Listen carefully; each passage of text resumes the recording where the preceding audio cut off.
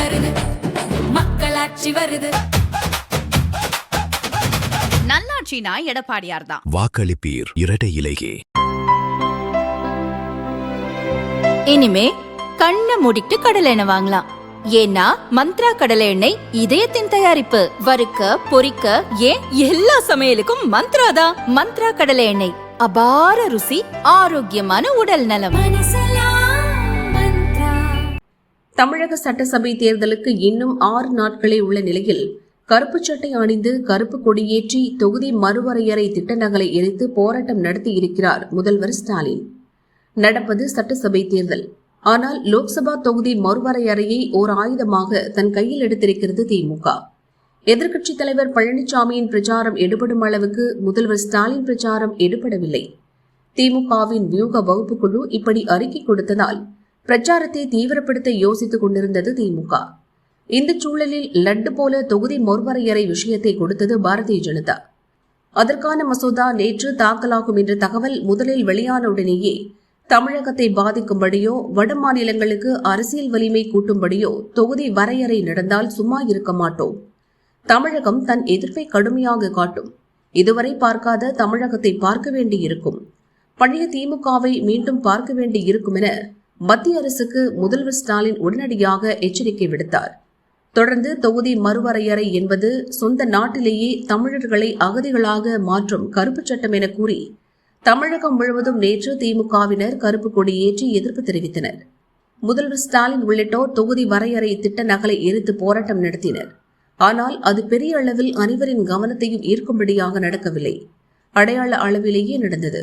வாக்காளர்களின் கவனத்தையும் ஈர்க்க தவறிவிட்டது. தொகுதி வரையறை என்பது புரிந்து கொள்வதற்கு சற்று கடினமான விஷயம் என்பதால் பிரச்சாரம் செய்யக்கூடிய அடுத்த 5 நாட்களில் திமுக அதை மக்களிடம் எப்படி எடுத்துச் செல்லும் என்பது கேள்விக்குறியாக உள்ளது. பாரதிய ஜனதாவும் இதில் அரசியலாட்டம் ஆடுகிறது. இந்த மசோதா விஷயத்தை சட்டசபை தேர்தலுக்கு பயன்படுத்திக் கொள்ளவே இந்த நேரத்தில் அறிமுகப்படுத்தியுள்ளது. பெண்கள் இடஒதுக்கீடு மசோதா 2023 சட்டமாகிவிட்டது. ஆனால் அதை செயல்படுத்த தொகுதி மறுவரையறை செய்ய வேண்டும்.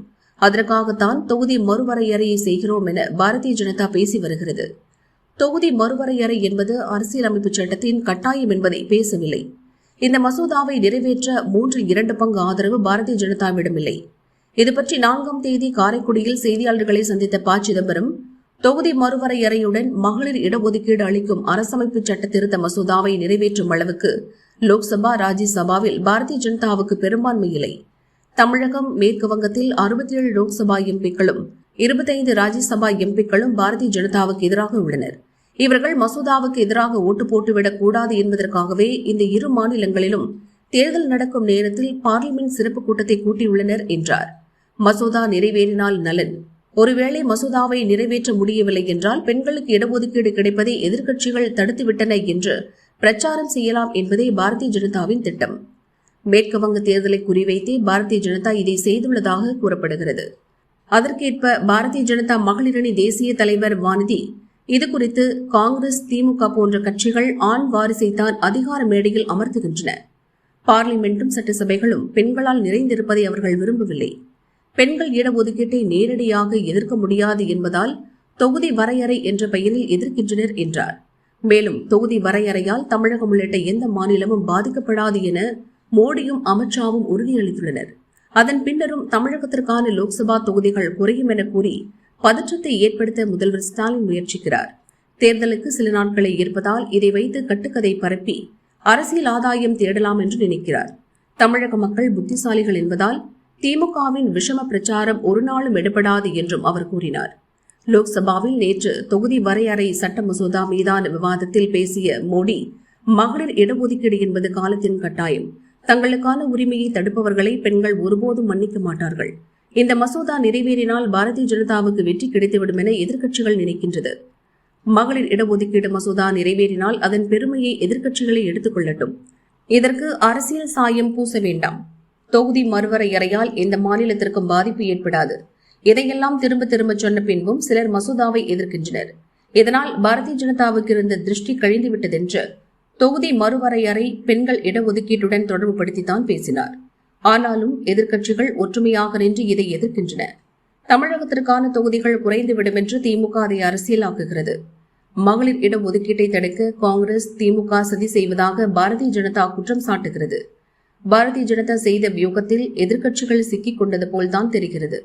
பாரதிய ஜனதாவின் திட்டம் எதுவாக இருந்தாலும் தேர்தல் நேரத்தில் இந்த பிரச்சனையா என கூட்டணியில் உள்ள அதிமுக தவித்து நிற்கிறது. தொகுதி வரையறையை வரவேற்றால் அதை வைத்து திமுகவுக்கு எதிராக பிரச்சாரம் செய்து ஓட்டுகளை திருப்பலாம்.